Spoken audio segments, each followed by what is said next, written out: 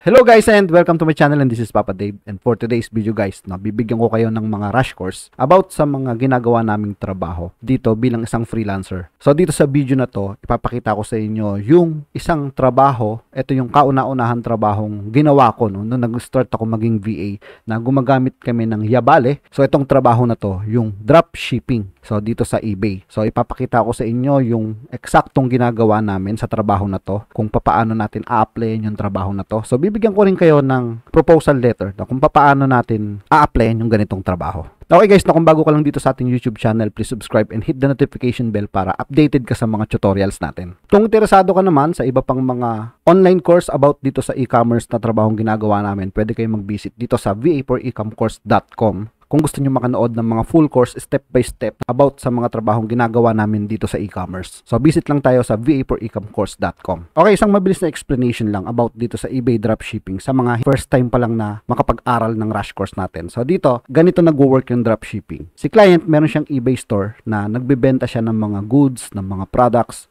na halimbawa nung nagkakahalaga ng $20. So kapag binili ni buyer yung product na yon, halimbawa, bumili siya ng portable heater, yung $20 price na product na yon ay binibili lang ni client sa ibang mga e-commerce platform, kagaya ng Amazon. So sa Amazon, nabibili niya lang yun ng $13 na si Amazon ay nag-o-offer ng free shipping para sa mga member niya dito sa Amazon. So si client ay Prime member dito sa Amazon. So ito yung isang example. So bibili ni client yon once na nagbayad si buyer ng $20 kay client. So, bibili niya naman yun kay Amazon ng $13.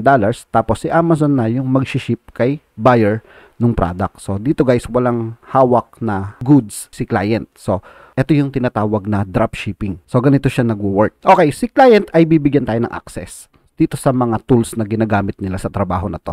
So, dito meron tayong Yabale. Sa Yabale, ito yung kinukonek nila yung eBay store nila dito sa Yabale para mas maging madali yung trabahong gagawin natin. Para ma-monitor niya yung mga products niya, automatic siyang nagdi-delete, automatic siyang nag-i-increase, tapos automatic niya rin tinatanggal yung mga bero or yung mga products na ipinagbabawal ni eBay. So halimbawa na magbebenta ka rito ng branded, na yung brand na yon ay meron store sa eBay. So doon nagwo-work yung Yabale, no? Nagwa-warning siya na yung product na inilista mo ay may bero warning. So yun yung mga iniiwasan ng mga dropshipper na ilista dito, no, sa eBay. So etong Yabale, ito yung dropshipping tools na kapag binigyan kayo ng access ni client, pag nag-login kayo, ito yung itsura niya. So ito yung pinaka-dashboard niya. Makikita natin dito yung revenue, makikita natin dito sa gilid yung sold item, matatrack natin siya, tapos dito tayo maglilista sa lister. So dito ang gagawin natin, ang pinakatrabaho natin dito ay mag-search tayo ng products na ililista natin dito sa store ni client. So ulitin ko, no, yung eBay store, halimbawa ito yung eBay store ni client, nakakonect siya dito sa Yabale. Ito yung dropshipping tools. Ngayon yung Yabale, halimbawa maglilista tayo ng product, kapag kinlik natin dito sa gilid yung lister, yan. Okay, so usually ang ginagawa namin dito ay pinipaste namin dito yung ASIN number ng Amazon or yung URL ng supplier ni client. So yung mga example ng mga supplier kagaya ng AliExpress, Amazon, Walmart at saka ng Home Depot. So dito nire-recommend ko na mas magandang gamitin itong MIP bulk lister. So dito sa MIP bulk lister, pag kinlik nyo siya, so ilalagay lang natin dito, no, yung amazon.com, tapos dito ipipaste natin yung mga ASIN number. Ang kagandahan dito guys, pwede tayong mag-advance ng trabaho. So hindi na natin kailangan mag-list ng live, no? Pwede tayong mag-schedule dito ng listing, pwede na ilalagay lang natin yung ASIN number dito at saka yung title. So dito makikita nyo naman yung format, makikita natin dito yan sa ilalim. ASIN number, tapos semicolon, tapos ilalagay natin yung title. So ipapakita ko sa inyo mamaya kung paano to nag-work. Dahil pwede tayong mag-schedule dito. Makikita nyo yung bulk listing, pwede natin i-on yung schedule kung kailan natin siya ililista. So meron naman ditong mga time frame, itong mga UTC time, meron tayong Bangkok, New York. So dito tayo babase guys, no, sa New York kasi kung ano yung time frame ni client. Tapos dito meron tayo ditong list, ito nakalagay all.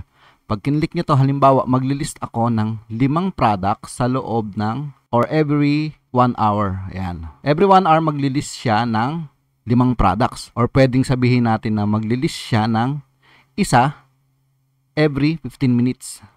Yan.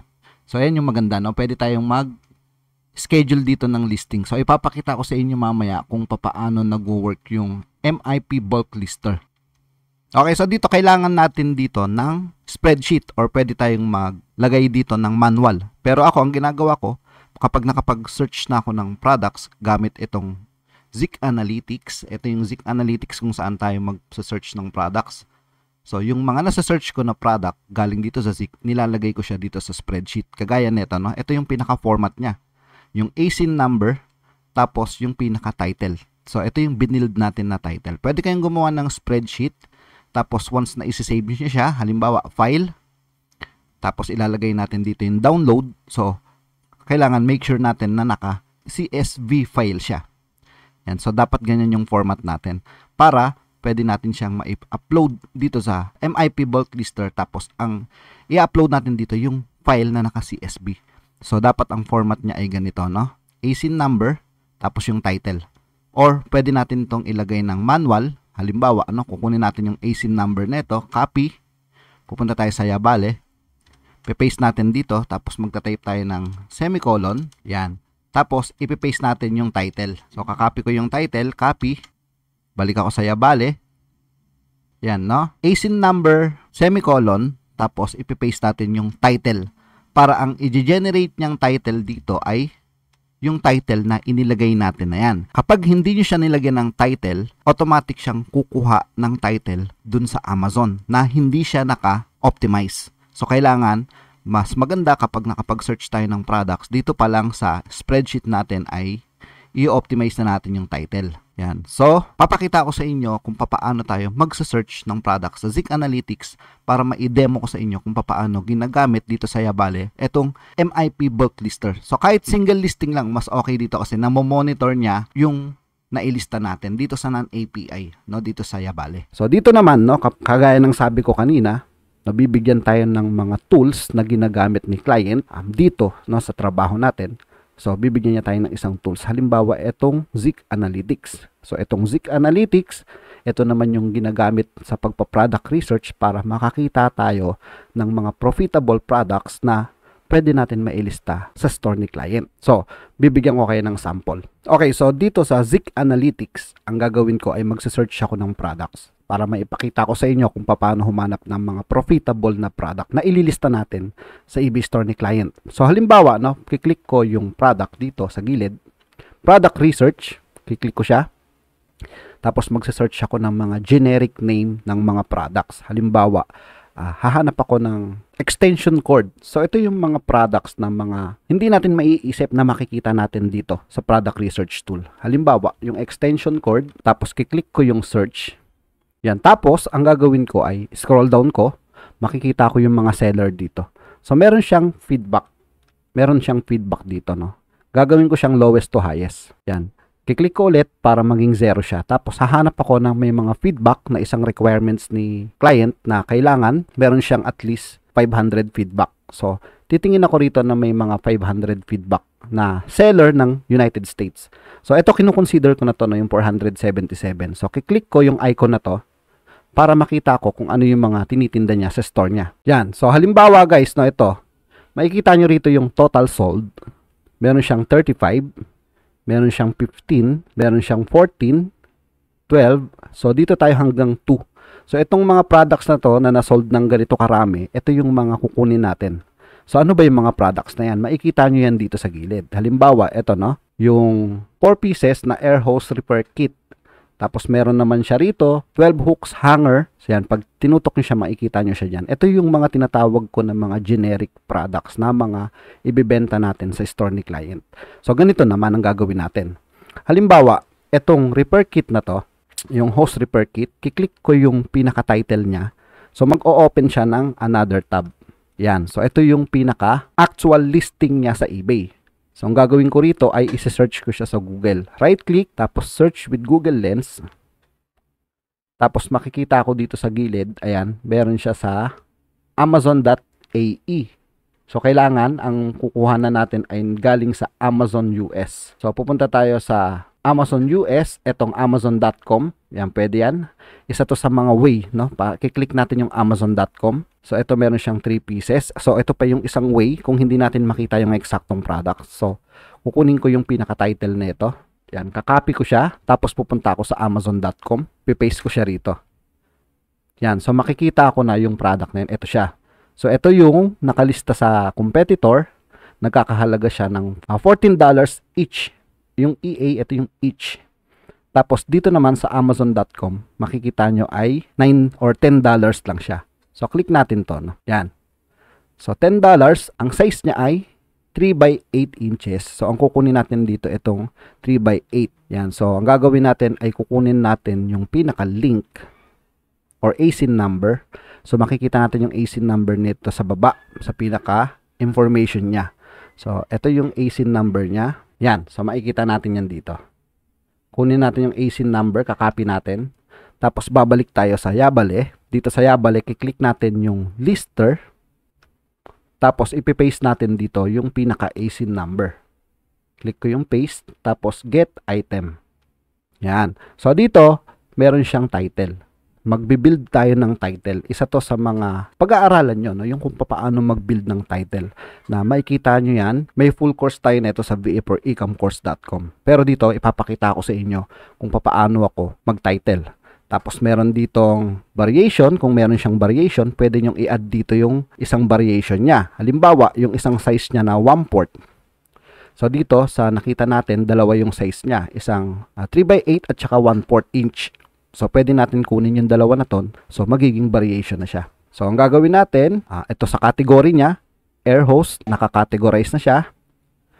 Tapos, makikita natin dito, yung final price niya ay yan, sa 16% na break-even, sa hindi nakakaalam sa inyo, yung break-even na 16%, ito yung insertion fee ng bayad natin sa paglilista sa eBay at saka bayad natin sa pagpaprocess ng payment gamit yung PayPal or Payoneer. So, dyan, binabawas natin yan sa pinaka-final price ng product kung magkano yung magiging outcome ng price natin dito sa product na to. So, dito, no, ang nakalagay kay client, halimbawa, ang sasabihin niya sa atin, ang gusto kong maging profit ay 20%.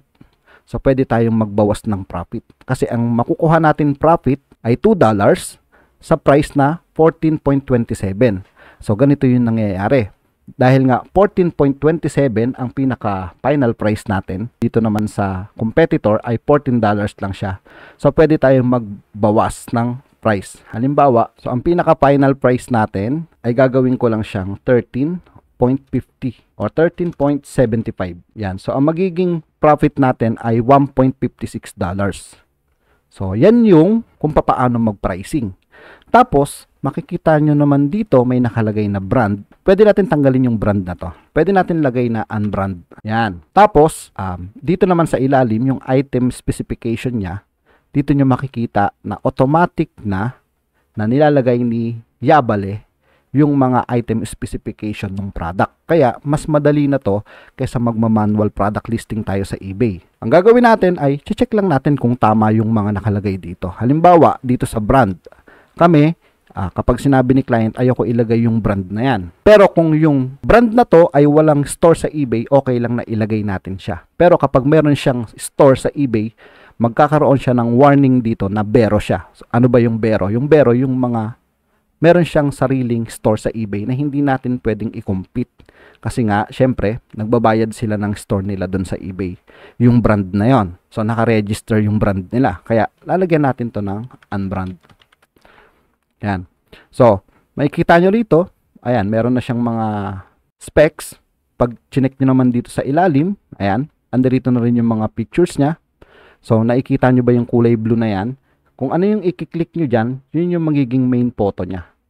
So, nakalagay siya rito para makita nila yung 4 pieces. Tapos, pwede tayong mag-collage. Halimbawa, ang photo na to ay 1, 2, 3, 4. So, aalisin natin yung isa. So, halimbawa, aalisin natin to. Tapos, magke-create tayo ng collage. Create collage. Tapos, ibalik na natin siya. So, ang magiging main photo natin ay eto na.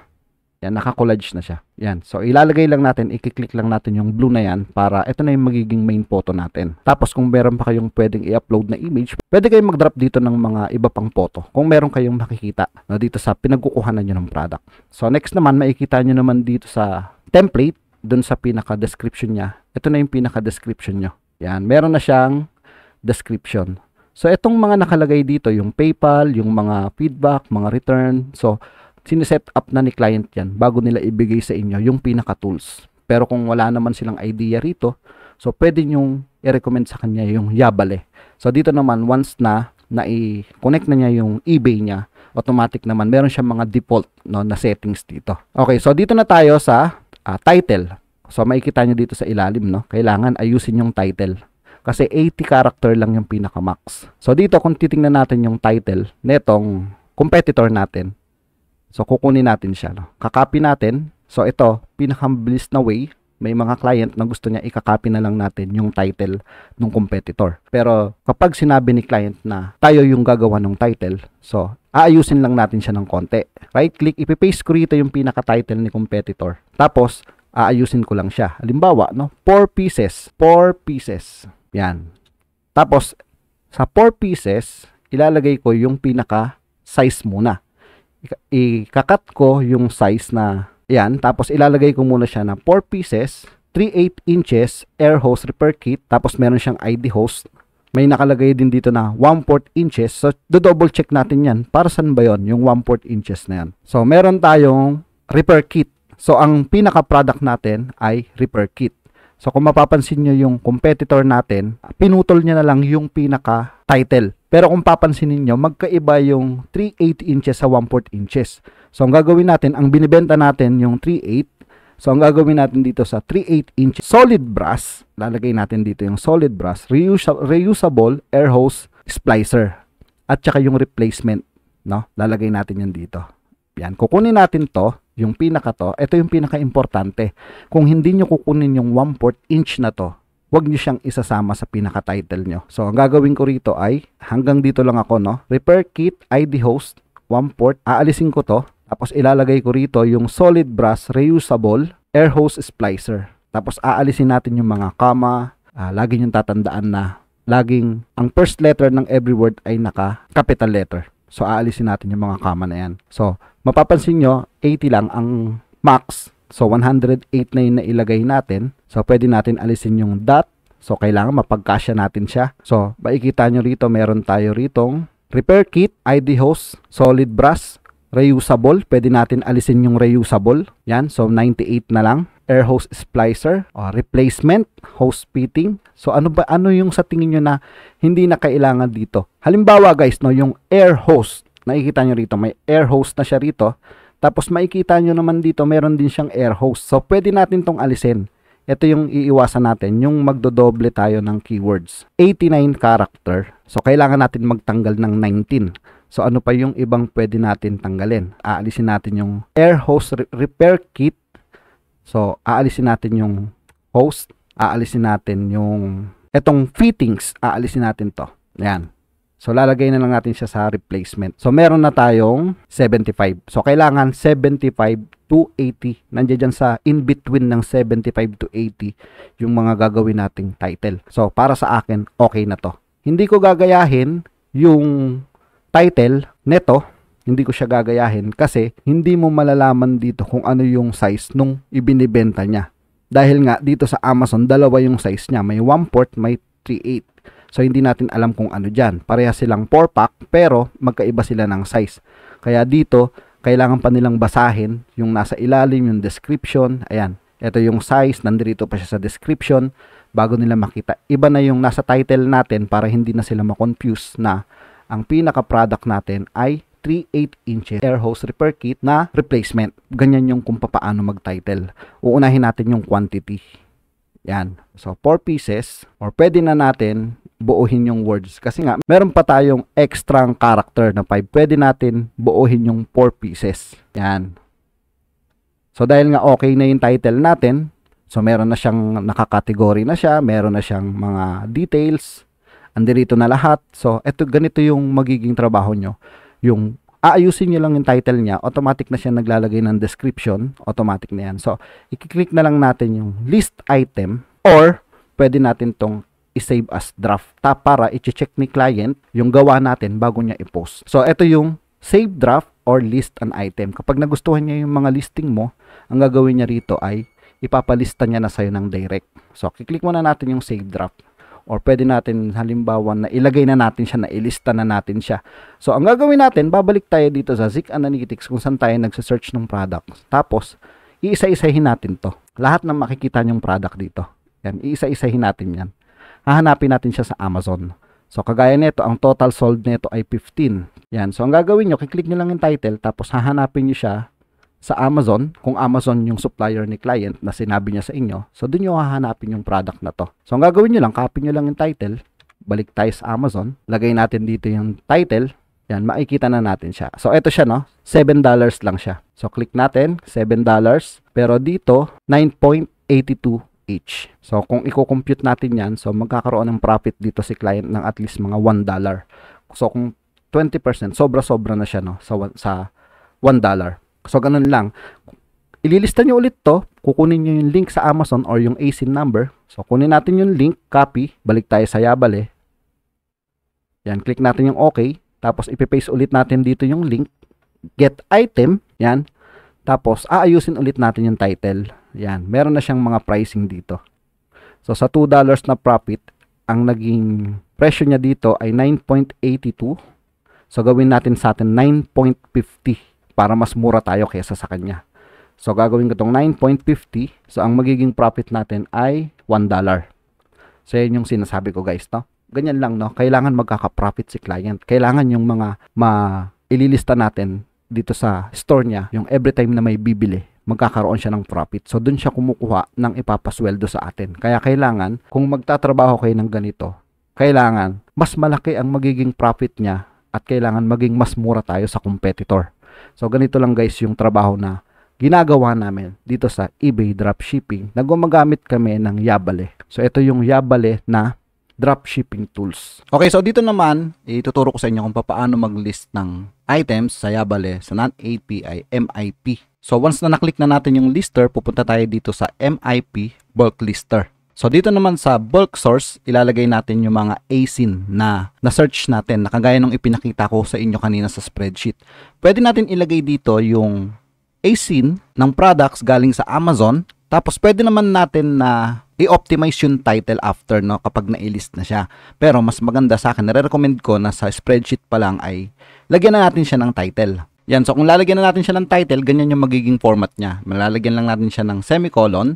Tapos ilalagay na natin yung pinaka-title. So, ASIN, semicolon, then yung title. Para naka-optimize na yung title natin. Dahil kapag wala siyang title, ang magge-generate lang siya, no, ng 80 character na galing sa Amazon na hindi siya naka-optimize. So, siguraduhin lang natin na yung file natin ay naka-CSV file.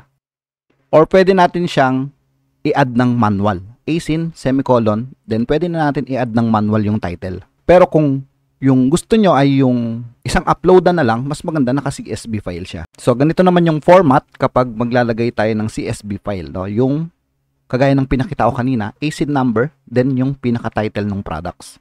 So, once na na-i-upload nyo na siya, pwede nyo na siyang schedule, no? Para makapag-advance kayo ng trabaho. So, pwede na kayong, pag sinabi ni client sa inyo na 3 hours per day lang kayo, pwede nyo nang i-advance yung trabaho nyo. Pwede nyo nang gamitin yung oras nyo sa paglilista ng products. Pag sinabi ni client, maglista ka ng 10 sa isang araw, so pwede nyo nang i-advance yung magiging trabaho nyo.